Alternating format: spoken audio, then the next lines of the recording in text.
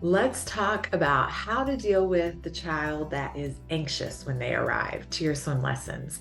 It's really common for kids, especially on the autism spectrum, to come and be a little bit worked up when it's time to get into the pool. Those first couple sessions might be a little rocky. So let's talk about some strategies to help bridge them into getting into the pool, exploring the water, and letting go of some of that anxiety.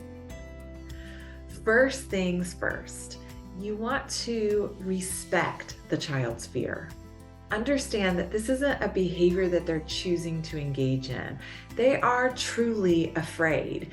And so you saying, oh, it's no big deal, or acting like everything is fine, or like they're overreacting, or just, patting them on the back and saying, it's gonna be fine, that's really not going to help them with their anxiety. I want you to think about a time that you were maybe like at your house and nobody else was there. It was late at night, you're all alone, and all of a sudden you hear a noise downstairs. Oh my goodness. You feel your heart start pounding. You start to sweat and you're like, okay, it's fine. But your body doesn't think it's fine. And so you go down and you turn on all the lights and you open up all the closets and you look in all the showers until you can reassure yourself that it truly is fine. And then your body's response starts to calm down. Now, imagine you're in that same scenario, and instead of going and doing all the work to try to make yourself better, someone is there just saying, it's fine, you're overreacting. Does that make you feel better, or does that just make you feel dismissed? Yeah, so we want to remember that our kids are people too. And if they're acting anxious, they truly are afraid of what's in front of them. And so it's our job to come alongside them and to help them investigate all the corners and make sure that they feel safe. Another thing you want to keep in mind is that when someone's feeling anxious, if you're getting really close to them, that's going to feel more anxiety provoking. When you feel anxious, you want a little bit of space. So, as much as is safe, you want to give that child their space so that they don't feel like you're just going to grab them at any time. So, for example, when I'm in the pool with a child that's anxious, I will put them on the wall or I'll put them on their swim island, and I will get 6, sometimes 10 feet away from them and just blow bubbles into the pool, because that's a very calming, relaxing thing when you're just blowing bubbles on the surface. Keeps me calm, makes them feel calm. And the fact that I've given them that distance helps them to calm down.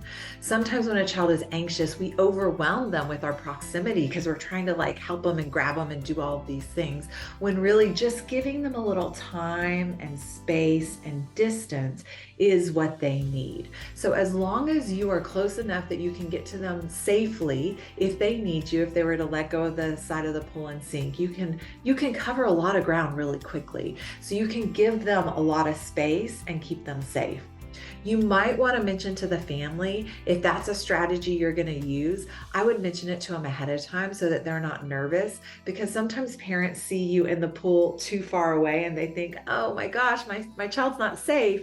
So you just want to tell them ahead of time. Sometimes when a child is looking nervous or anxious, I give them a lot of space, but rest assured, I can cover that space very quickly and be there to help them if they need me. So just make sure you cover that with them. So step number 1, do not push a child into the pool. If they don't want to get into the water, you are not going to force them into the water. You want to follow them around. If they're making noises, you want to imitate the noises. If they're flapping their hands, you want to flap your hands too, because you want them to feel connected to you. You want them to feel like you understand them. You want to make reassuring comments like, ooh, that looks fun. I wonder how the water feels. Things like that, but you don't want to force them into it. So you might spend an entire swim lesson just barely getting to the water, just splashing it or kicking it with your feet. And that is okay, because you have to build trust before you can build skills. Now, another thing you can do is use that special interest that the child has.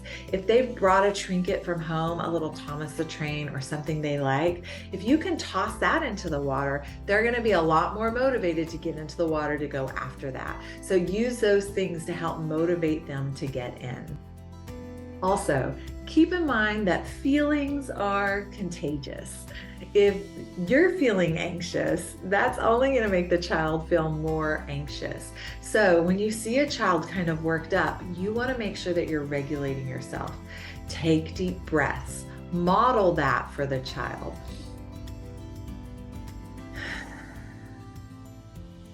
I do really loud, exaggerated breaths like that. And it helps the child to see that I'm calm, and that calmness helps to regulate them. If they're really worked up and they're like this, then you want to slow your voice down. You want to lower the volume of your voice. You want to slow down your movements so that you can start to help them feel calm instead of what our natural reaction is, which is to match their energy level. So naturally, we want to get worked up with them. And it's our job as the adult in the room to control our own emotions so that we can help them to regulate theirs.